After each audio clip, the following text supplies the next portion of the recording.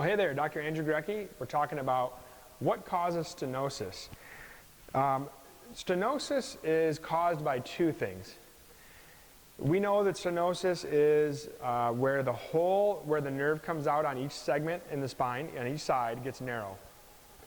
When that hole gets narrow, the nerve doesn't have as much room, and that can cause pain. We know that 80% of people over the age of 60 have stenosis in their spine, but they have no pain. So it's happening to a lot of people. But the cause of stenosis has two main causes. One is, if you look at the way the spine is designed, we have a disc in the middle of each bony segment. And then that disc, basically that space, that disc is going to dictate how big the hole is. As we get older, the disc space naturally gets dehydrated and narrower. And so the spine starts to shrink. And we know, I'm sure there's people out there right now, that you are not as tall as you used to be. You hear that all the time. That's actually natural. Our body's going to do that regardless of what we do. Okay? So that dehydration of the disc causes the space to get more narrow, and that's going to close down and make the diameter of the hole where the nerve comes out of smaller. That's cause number one.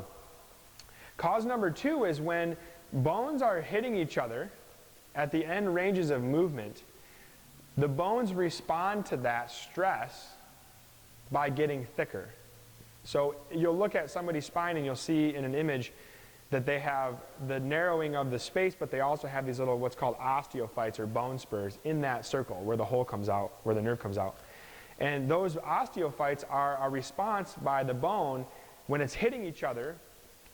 That causes the bone to grow thicker, and it needs to grow thicker to protect itself. It's the same thing like with bunions in the foot. And actually, when bones aren't getting stressed, they get less thick, less dense. That's called osteoporosis. So it's the exact opposite of what we're talking about. So we know that when the lower back goes through its motion and it hits end range, those bones hit each other, and then they grow thicker. So for instance, if I have rotation in my spine, my lower back, I only have 5 degrees of rotation left and right before those bones hit each other. It's not very much.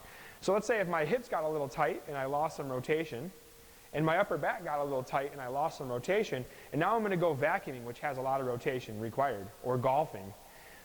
By taking my stiff body through those motions, I'm going to have those bones hit the end range faster and more often, which can accelerate stenosis and cause more of it.